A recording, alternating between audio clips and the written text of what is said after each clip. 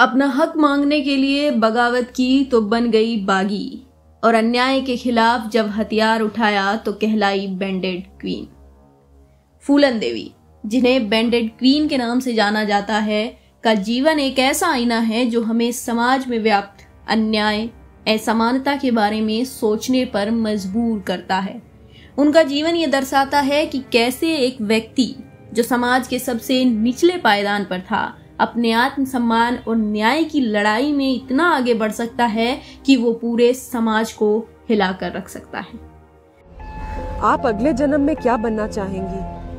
हम अगले जन्म में भले ही जानवर बन जाएं, पर इस तरह की मतलब औरत नहीं बनना चाहते। फूलन देवी की कहानी सिर्फ एक डाकू की कहानी नहीं है, बल्कि ये समाज के प्रति उनके विद्रोह की कहानी है।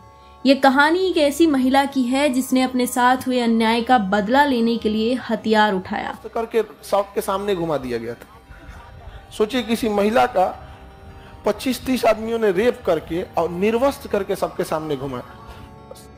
फूलन देवी का जन्म 10 अगस्त 1963 को उत्तर प्रदेश के एक छोटे से गांव गोरहा का पूर्वा में एक निम्न जाति के मल्लाह परिवार में हुआ था, और यहीं से शुरू होती है फूलन देवी की बैंडेड क्वीन या बागी, या ये कहूं कि डाकू बनने की कहानी। उनके चाचा ने उनकी जमीन पर कब्जा कर लिया। फूलन को यह गवारा नहीं हुआ और वो जाकर खेत में बैठ गई।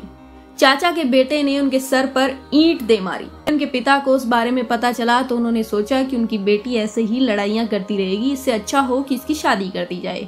9 वर्ष की छोटी सी अवस्था में फूलन की शादी कर दी गई एक अनहेड़ उम्र के व्यक्ति के साथ, जो उसे रोज मारता, पीटता और सेक्सुअली अब्यूज करता था। फूलन जब 14 वर्ष की हुई तो उसने सोचा कि वो ये सब छोड़कर अपने घर वापस लौट जाएगी, और हुआ भी यही। वो घर आई तो उसकी माँ ने उसे ताना दिया कि इससे अच्छा तो तू जाकर मर ही जाती। लेकिन फूलन फिर भी अपने गांव में रही। गांव के सरपंच के बेटे की नजर फूलन पर पड़ी और उसने फूलन के साथ छेड़छाड़ करने की कोशिश की तो फूलन ने जवाब दिया। बात पंचायत तक पहुंची और उसके बाद फूलन को गांव से निकलना पड़ा। फूलन दूर जाकर अपने चचेरे भाई के साथ रहने लगी, लेकिन वहां भी लोगों ने उसे सताना नहीं छोड़ा। वो थक हार कर फिर से अपने गांव वापस लौट आई, और ये उसकी सबसे बड़ी गलती थी। उस पर आरोप लगाया कि उसने सरपंच के घर पर चोरी की और पुलिस वालों के द्वारा उसे अरेस्ट कर लिया गया, और अगले न जाने कितने दिनों तक उसे पुलिस स्टेशन बंद रखा गया और हर रोज उसके साथ रेप हुआ। यहाँ तक कि ये भी कहा गया है कि उसके पिता के सामने फूलन के साथ रेप हुआ और न जाने क्या क्या ऐसे कांड किए गए। सबसे खतरनाक आदमी होता है एक शरीफ इंसान, जब उसके अंदर से जीने की ख्वाहिश खत्म हो जाए, फिर वो परमाणु बम से नहीं डरता। उसके बाद फूलन के गांव में कुछ डाकू आते हैं जो फूलन को अपने साथ ले जाते हैं। कहा यह जाता है कि फूलन अपनी मर्जी से उनके साथ गई थी। कुछ लोग कहते हैं कि भाई को बचाने के लिए फूलन डाकुओं के साथ गई थी। कुछ ये कहते हैं कि फूलन अपनी जिंदगी से परेशान हो चुकी थी, इसलिए वो डाकुओं के साथ गई थी। डाकुओं के सरदार ने अगले पूरे 72 घंटों तक उसके साथ रेप किया और ऐसे ऐसे कृत्य किए जो सामाजिक तौर पर फिर से सही साबित नहीं होते थे। डाकुओं के गिरोह में एक फूलन की जाति का इंसान था जो मल्लाह जाति से बिलोंग करता था। उसने डाकू के सरदार को मार दिया और खुद डाकुओं का सरदार बन गया। उसके बाद पुराने डाकुओं के सरदार के 2 साथी जेल से छूट कर आते हैं और वो आकर नए डाकुओं के सरगना यानी फूलन देवी के साथ रह रहे उस नवयुवक को मार देते हैं और फूलन देवी को अपने साथ लेकर जाते हैं। और अगले 22 दिनों तक फूलन को ऐसे प्रताड़ित किया गया कि शायद मैं यहाँ वीडियो में उन बातों को ना कह पाऊं। 50% है, 100% देखना चाहती है? ये देख, मैं पुराना से ब्लाउज खोला, दिखाया, छातियों में गड्ढे हुए थे जो मांस नोचा था ठाकुरों में और रेप करते हुए।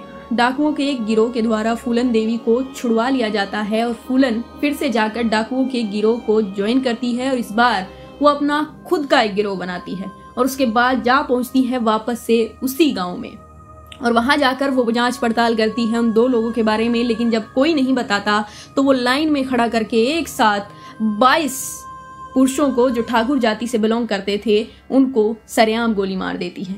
और ये कांड इतना बड़ा था कि इससे सरकार तक हिल जाती है। बेमई हत्याकांड के बाद फूलन देवी का जीवन कठिनाइयों से भरा रहा। पुलिस ने उनके गिरोह के खिलाफ जबरदस्त अभियान चलाया, जिसके चलते फूलन को 1983 में मध्य प्रदेश के भिंड में आत्मसमर्पण करना पड़ा। फूलन देवी ने आत्मसमर्पण के साथ कुछ शर्तें रखी, जैसे कि उनके गिरोह के सदस्यों को मौत की सजा नहीं दी जाएगी और उन्हें एक सम्मानजनक जीवन जीने का अवसर मिलेगा। जेल से रिहाई के बाद फूलन देवी ने राजनीति में कदम रखा। उन्होंने समाजवादी पार्टी के टिकट से मिर्जापुर से लोकसभा चुनाव लड़ा और जीत हासिल की। और फिर उनके जीवन में आता है एक ऐसा काला दिन। 25 जुलाई 2001 को फूलन देवी की नई दिल्ली स्थित उनके आवास पर गोली मारकर हत्या कर दी जाती है। उनकी हत्या एक बदले की कार्रवाई के रूप में मानी जाती है। उनकी मौत के बाद भी की कहानी भारत में एक लंबी चर्चा का विषय रही। फूलन देवी का जीवन एक जटिल और प्रेरणादायक यात्रा का प्रतीक रहा, जो हमें बताता है कि कैसे एक साधारण महिला अपने ऊपर हुए अन्याय के खिलाफ उठ खड़ी हुई और पूरे देश को हिला कर रख दिया। खैर, फूलन देवी के बारे में आपकी क्या राय है? फूलन देवी सही थी या गलत थी? हमें बताना मत भूलिएगा। बाकी खुश रहिए, मस्त रहिए। नमस्कार।